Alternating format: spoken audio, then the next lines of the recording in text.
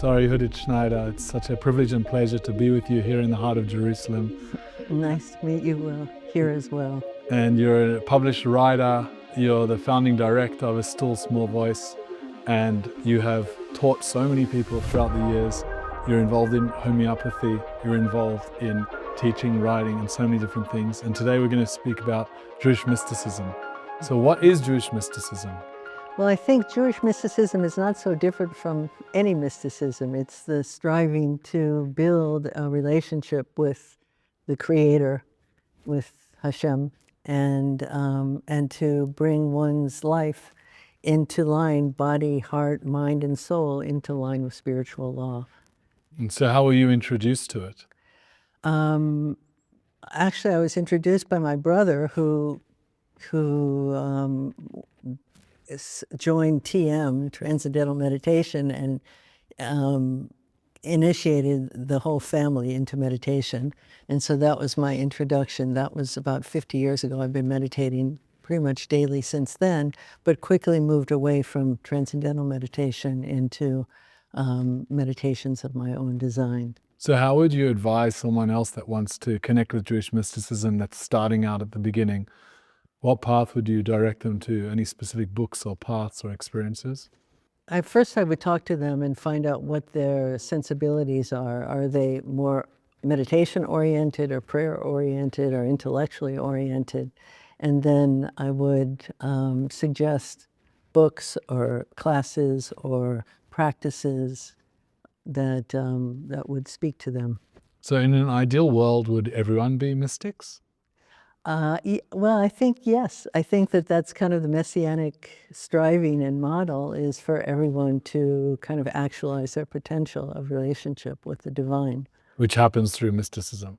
I think mysticism is the process of actualizing one's potential of relationship with the divine. So when you say the divine, or what people refer to as God or Ein Sof, all these different terms, what is God? Right. So in the writing that I do, I kind of work with the pshat in some sense of the Yud-Keh Vav-Keh, which That's is the simple understanding. that which was, is, and will always be, that which preceded creation, permeates creation, and will endure beyond its passing. But for myself, my personal connection to Hashem, I experience Hashem as the primal will to good that eternally creates and sustains the universe. And so that the feeling that there is a primal will to good that is pushing us along in our journey. Do you imagine that in a tangible way? Is there something sort of that comes to mind when you think about God, or is it more of,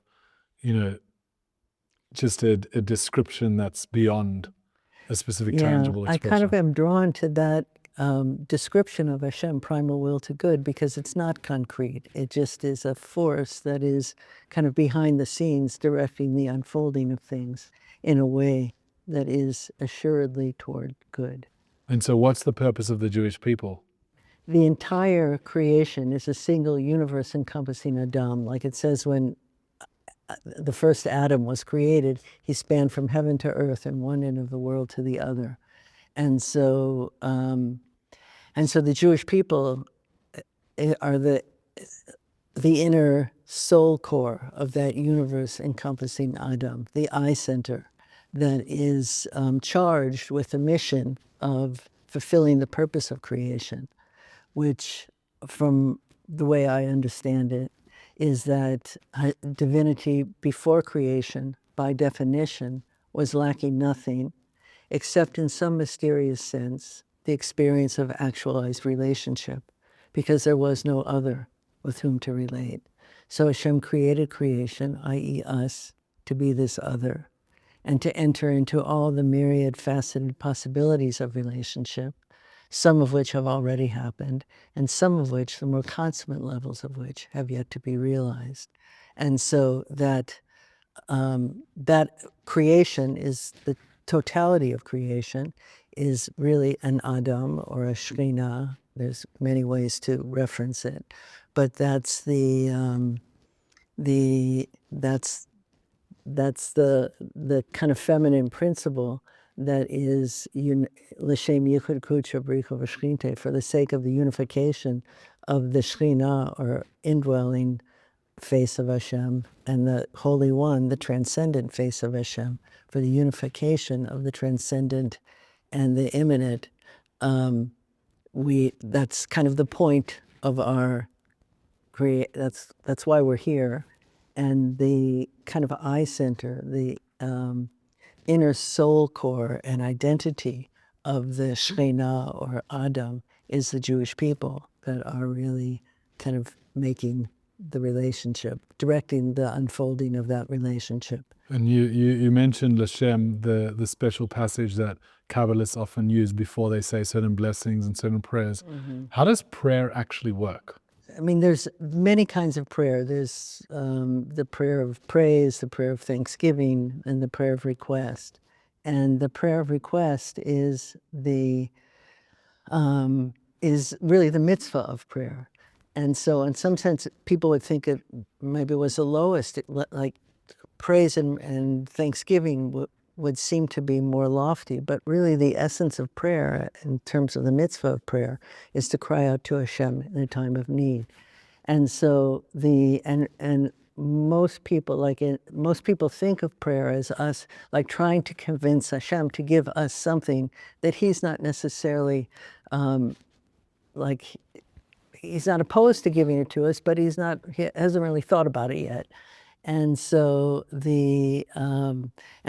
really the challenge of prayer is that Hashem, like in the creative process, there arose within the mind of God the thought of creation, and a vision of creation's glorious success and messianic achievement, and the utter glory of that inspired Hashem to actually create creation altogether. And so the challenge of prayer is not to convince Hashem to give us something that He is neutral about, but to want our, in that vision that arose in the creative process, it included the entirety of creation and every single individual in it. And so our work is the challenge is not to convince Hashem of anything, but to want the perfection of our soul and the success of our mission individually and collectively as much as Hashem wants to bestow it. And the prayer that we speak and the vision behind it, or the content of it, becomes the vessel, or kli, as it were, that pulls down the lights that are exactly configured to fill that space, that lack. And that lack is, and to the extent that that lack is on point, in the sense that it really does express what our soul is designed to do, so that Hashem is, pleased to answer that prayer. That it is, He's been waiting for us to ask for it, and to realize that that is kind of where we're headed and what we're designed for. And then what's the goal of Torah study? The goal of Torah study is to kind of, I think, hardwire our consciousness into alignment with the deeper truths of the universe, and as there's a transformation that happens in Torah study as our sense of the world and reality corrects itself. So then the way our interpretation of the moments of our life and the challenges of our life corrects itself, and and our life slowly, or even sometimes instantaneously, comes into line with spiritual law and Hashem's will for us. Amazing. And does the mystical sources, do they view women and men as the same? No, they're 98% the same, but there are also many differences. I mean, in terms of our humanity, we're the same, but in terms of our gender, there are differences. And the most basic one that is the mashpia and mushpa, the bestower and the recipient. but that has all kinds of secondary repercussions. So you talked about two different capacities of feminine and masculine in terms of bestowing and being bestowed upon. What does that mean in the context of, you know, the masculine and the feminine? It's actually, I'm really kind of working right now on a exploration of the Ari says in a number of places in his writings that he's only giving over the teachings, the Kabbalistic teachings of the realms of Yosher, of the hierarchical realms, and which is associated with the masculine, and he's not really giving over the teachings that are related to the worlds of Igulim, the circle worlds, which are associated with the more feminine modality. And so I understand that as a kind of invitation for women to articulate the Kabbalah of the feminine, that the classic Kabbalah is really very much masculine oriented and doesn't so much deal with the feminine experience. And so I'm right now, kind of in the teaching that I'm doing right now, really exploring what the Kabbalah of the feminine is, and kind of starting with a premise that the Kabbalah of the feminine kind of presents begins from below to above, whereas the Kabbalah of the masculine generally moves from above to below. And the above to below is really what's called the Seder Hishtalshalut, the unfolding of light into matter. And it's a very kind of technical and detailed Kabbalah.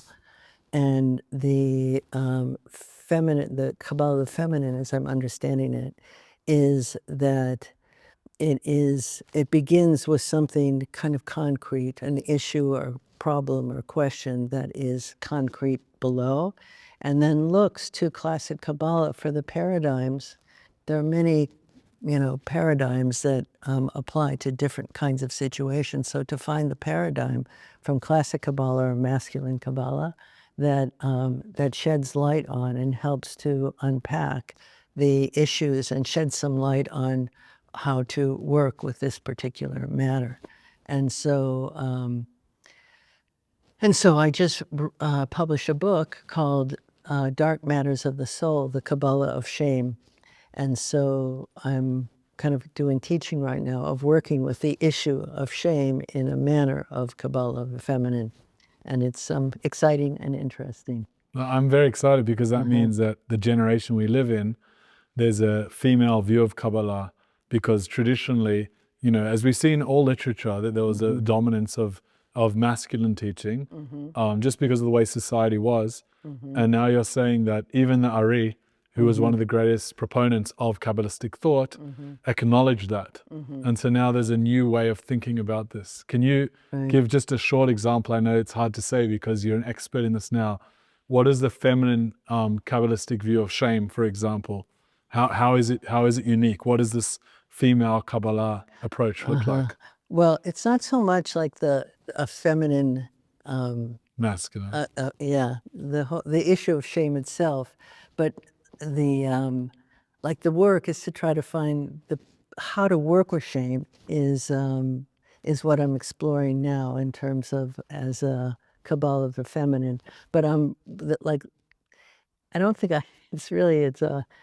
it's kind of a complicated thing to explain. So I guess our viewers are going to have to read your book. Yeah, but I just want to say that the Ari also, he is one of the main teachings that he has about, if you want to find out what the Ari has to say about the feminine, you look into the chapter called Miyut HaYareach, the diminishing of the moon.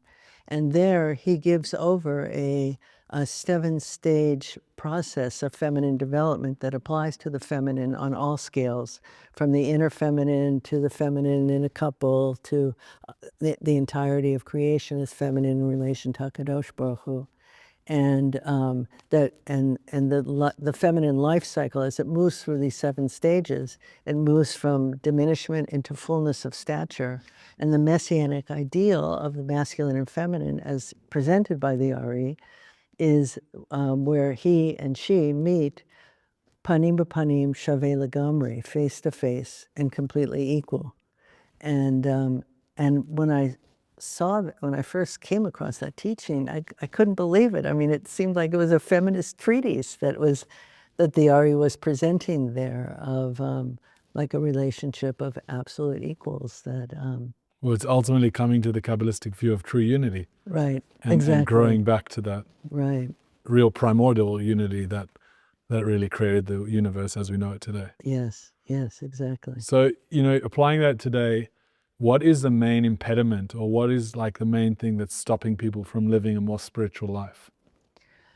Well, I think that it's because it starts out very abstract. It's called Panimiyut Torah because it's very deep and it's hard to get a handle on it or to really concretize. And you're not really supposed to concretize what's happening there.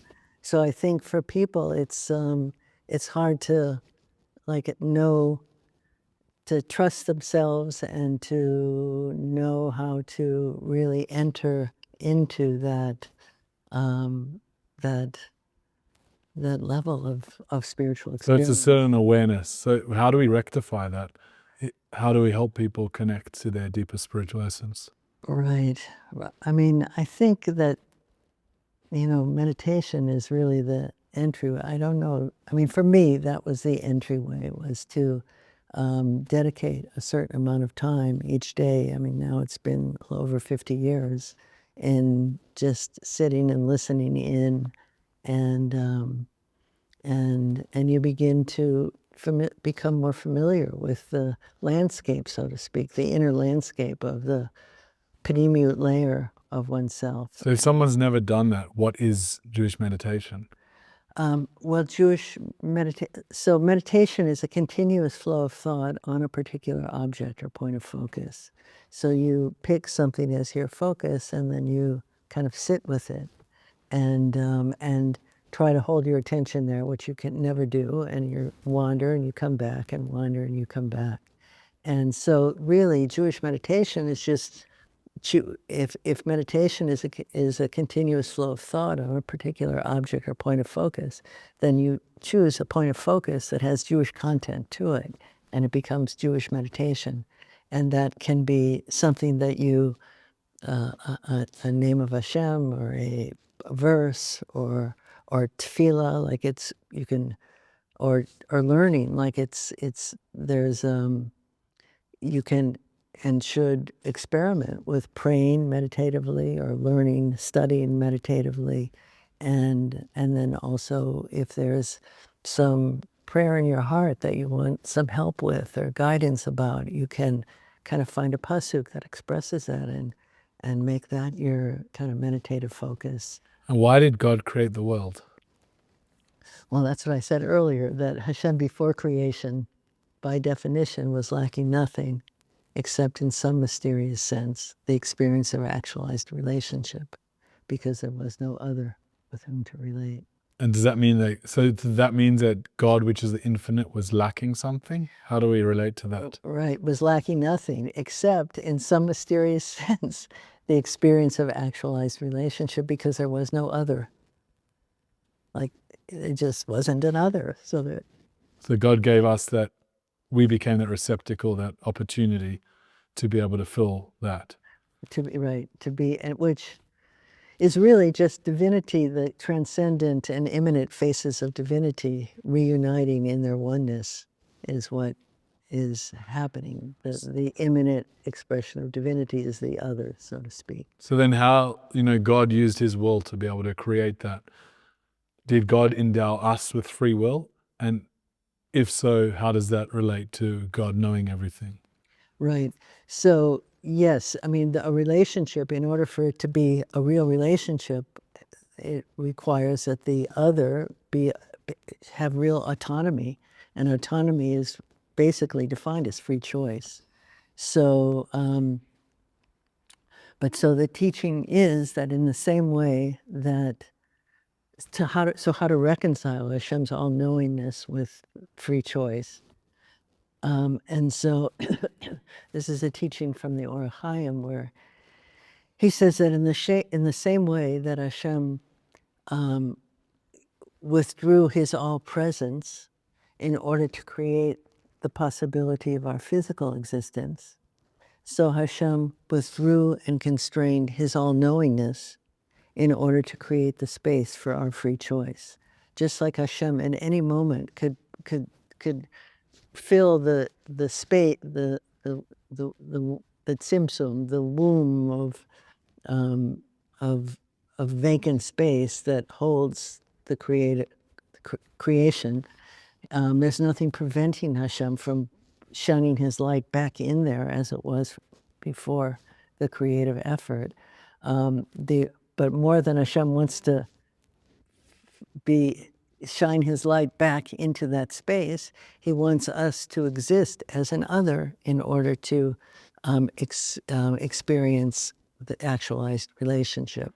So the same way with his all-knowingness, even though Hashem could know whatever's going to happen before it happens, more than Hashem wants to know that, he wants to create the space and possibility of our free choice. So Hashem constrains and conceals his all-knowingness. And metaphorically, he doesn't look, and in order to create, because knowing, da'at, has a compelling aspect to it. Like, it means to know something so deeply that your instinctive and reflexive response to the world is now conditioned by that information, by that knowing. So Hashem's knowing would be causal. It would force us to choose in accordance with his preconception. So more than Hashem wants to know before something, what's going to happen before it happens, Hashem wants us to have authentic free choice. And so he constrains his own knowingness in order to create that possibility. Wow. So we're meant to use that free choice to do the right thing, obviously. Yes. That's the desire. Right. Us doing the right thing ultimately takes us towards the end of days, so to speak, this time of Mashiach, this messianic redemption. Mm-hmm. When I say Mashiach, what comes to mind? What does Mashiach mean? Growth through joy. Can you say that again? Growth through joy. I'm going to have to ask you to unpack that a little bit. As opposed to growth through blood, sweat, and tears. Like now growth is a lot of work, and there's a lot of suffering in the world. I mean, just horrendous suffering in the world. But we grow through, it is a force of growth. We learn how to make the best of it. And so in the Messianic era, we will be growing through joy. Right. We'll be able to see. We'll still be growing, but we'll be growing through joy. So it won't be Hazorim Bedimah. We won't be sowing seeds through tears, but through joy. Right. And where does the state of Israel fit within this? Is this, stage in the process of redemption? It seems like that to me. It seems like an amazing gift, accomplishment and gift of the Jewish people to be able to plant ourselves here in our holy promised land. And how do you see that? You live in the old city. How long have you lived in the old city for? Probably about 35, 40 years, something like that. Wow. Yeah. And so how do you see the state of Israel as a expression of a process towards bringing about the redemption? Well, I think that, there's all kinds of esoteric things about that, but really it's just as an attractor of the Jewish people, and the beginning of us having to figure out how to love each other and work with each other and to build a new world together. So in this new world together, even beyond us, what is the greatest challenge facing the world today? In the world today? Boy, so many challenges. I don't know. I don't know what the greatest challenge is. I think that part of the reason is, sinat chinam is the greatest challenge. Baseless hatred. Yeah. And I do think that that's part of the reason I wrote the book about the Kabbalah of shame, is because we're not going to solve the problem of causeless hatred until we become aware of how shame circulates in our psyche and is ultimately the cause of our our causeless hatred. And so how has modernity changed Jewish mysticism? Certainly the texts that are the basis of and the guides of Jewish practices and mystical practices are so much more available now than they ever have been, and we are literate enough to be able to, the average person is literate enough to be able to work with those texts and to find their way through them. So I think that's probably the biggest change. And in terms of mysticism as a whole, is the Jewish brand of mysticism different to other traditions, cultures, religions, and views of mysticism? What makes Jewish mysticism unique? Well, I think Jewish mysticism, because it's very much a family-based religion and practice, I think it becomes more a embodied mysticism. Like not, I mean, even though meditation is a part of it for sure, but it's really very much about bringing Hashem into the day-to-dayness of life and to kind of access the soul level of things, even in the chaos of daily life. So does one need to be religious to study Jewish mysticism? Um, well, it helps. It helps, but I mean, I think that there's a way of, I don't think you can really kind of access the deepest levels of it outside of a mitzvah practice, because so much happens inside the mitzvah in Jewish mysticism.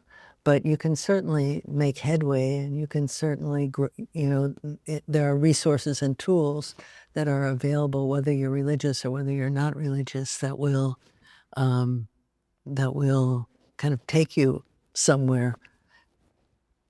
But I do think that the fullness of the practice is very much mitzvah centered. Can mysticism be dangerous? I think, that the world and science has expanded our consciousness to such a degree that we're not so vulnerable to kind of melting down or whatever it was, going crazy, that people that would at least reportedly happen when people delved into teachings that were too deep for them. But I don't see that as a problem for us. I think that I think our consciousness is expanded to a degree that, As humanity, as humanity, that we're not so vulnerable. And you talked about one of the unique factors and features of Jewish mysticism is bringing it into the family, bringing it down in a practical way. Personally, in your relationships, is there a place where we see it expressed? Can you give an example of where Jewish mysticism has actually influenced how you relate to yourself or others? Well, I mean, it's profound. I mean, everything has changed as a result of Jewish mysticism. I can't think of a specific example of. The child, grandchild, student. Does it find expression in the day-to-day relationships? Certainly how I interpret the situation and what the relationship is calling for is very much informed by my by my understanding of the world, based on a more mystical or Kabbalistic model of things. But I can't think of a specific. I think that's a good sign, because it pervades everything. What is, we've talked a lot about me asking you questions about the thought. I'd love you to share one thought. What is one Jewish teaching, a mystical teaching, that inspires you in terms of right now that comes to mind, or in general? Well, I guess one of the things that I'm teaching a lot about now is the relationship of prophecy to Ruach HaKodesh, that generally. Ruach HaKodesh is divine intervention? Yeah, Divine inspired inspiration. intuition. And generally, prophecy is considered the kind of higher channel of transmission between a person and the divine. And Ruach HaKodesh is something is lower or secondary. But there is a sense in which prophecy, like the relationship between like in prophecy, the prophet, the prophet's ego and personality just goes underground. It's the extent to which the authority of the prophecy depends upon the absence of the prophet's impact on that transmission. Like the term is called an aspecularia meira. They should be a transparent lens and have no impact on the transmission that Hashem is sending through them. And so it's more, so prophecy is more of a master and servant, whereas Ruach HaKodesh is very much a shared kind of reverie of creativity, that it's more of a partnership between the person and Hashem, where the person is like initiates the process, has some kind of issue or need or question, and they kind of invest effort into trying to solve it. And that effort on their part creates the kli that pulls down the providential assistance or guidance from Hashem. And in Ruach HaKodesh, there is, even though there is in prophecy, because the prophet can say, Ko Amar Hashem, thus spoke God, so the prophecy is more authoritative, like it has a less of a margin of error than Ruach HaKodesh, where Hashem is like, it's expressing itself through the thoughts in your own head, but you understand that those thoughts are actually not your own, they're actually Hashem's. And so in Ruach HaKodesh, there is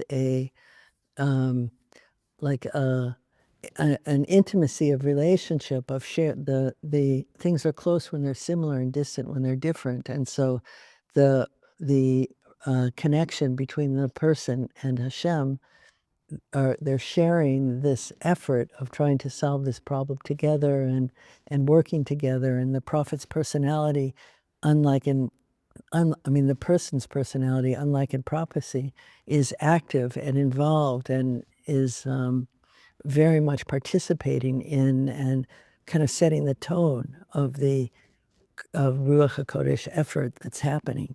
And so and so it is, in that sense, it is actually if the purpose of creation is actualizing the potential of relationship, then that happens in a consummate way in Ruach HaKodesh, because both Hashem and the person are very much active and involved and participating. Beautiful. Well, I feel throughout this conversation a real synchronicity of Hashem and your personality coming through, and you're clearly steeped in this tradition, and you learn, you teach, you write, and you live. So thank you for all you do, really for all of humanity, and we look forward to seeing you continue to inspire so many. Thank you so much. Really, it's been a pleasure to speak with you. Same here. Thank you.